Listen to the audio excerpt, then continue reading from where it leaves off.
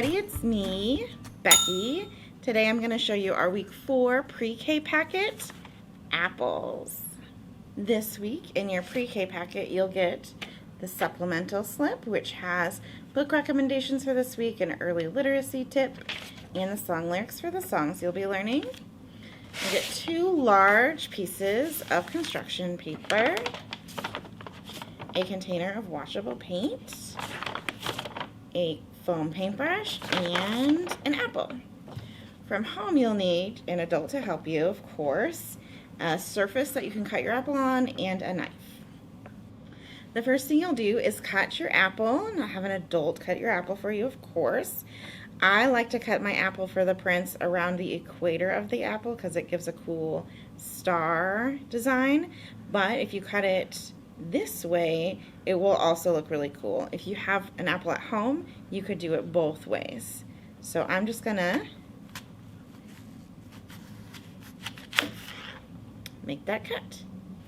Okay, so it's very simple. You just take your foam paintbrush and get some paint on it and paint your apple.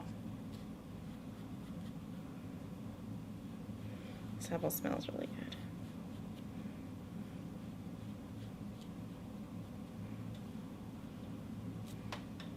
Then you'll just press firmly down on your piece of paper and lift it straight up, and you have an apple print.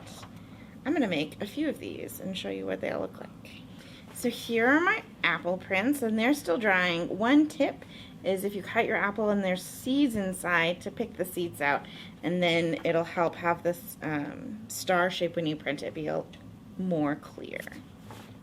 So the first song we're going to learn today is a variation on Here We Go Around the Mulberry Bush called All Around the Apple Tree, and I am sitting here singing the song with you guys, but you can stand up and do lots of motions. You can go in a circle when we say around the apple tree, and then I'll show you some of the other motions that we do in different verses. But it goes like this. Here we go round the apple tree, the apple tree, the apple tree. Here we go round the apple tree on a frosty morning.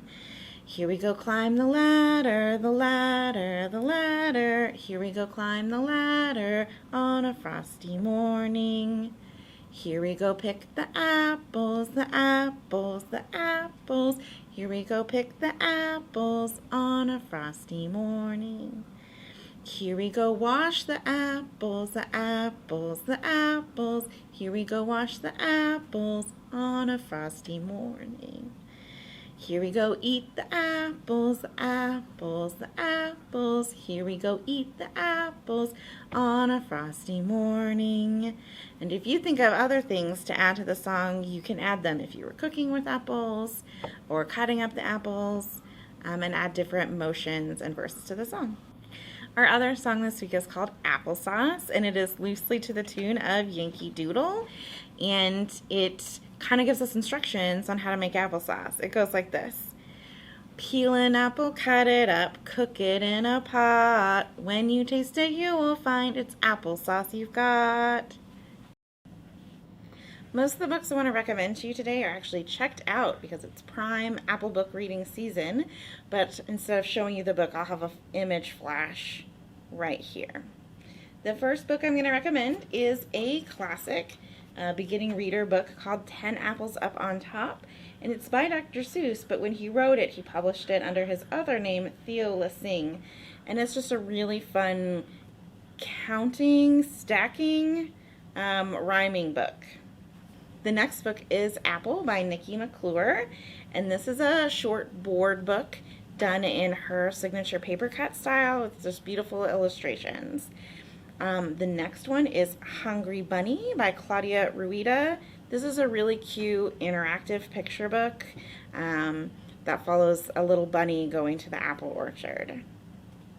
The next book is called Apples, Apples, Apples. This one's by Nancy Wallace, and this one also features bunnies. This is about a bunny family that goes out to the apple orchard. This one's really cool because it includes the story element, but then also some facts about apples and some recipes too. Similarly, Apple Farmer Annie by Monica Wellington. Our last recommendation is about Annie, who farms apples, and it talks about the apple life cycle and also includes recipes. This is a good time to bring up our early literacy tip for this week, which is to make sure that you're sharing informational books with your young children.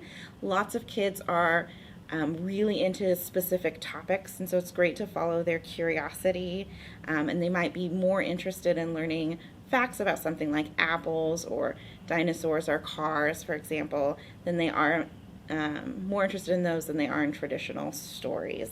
It's also a great way to build vocabulary. There's lots of vocabulary in nonfiction picture books that you wouldn't get in a different kind of story, and it's also a great way to learn with your child because there's so much I learned, for example, from informational picture books.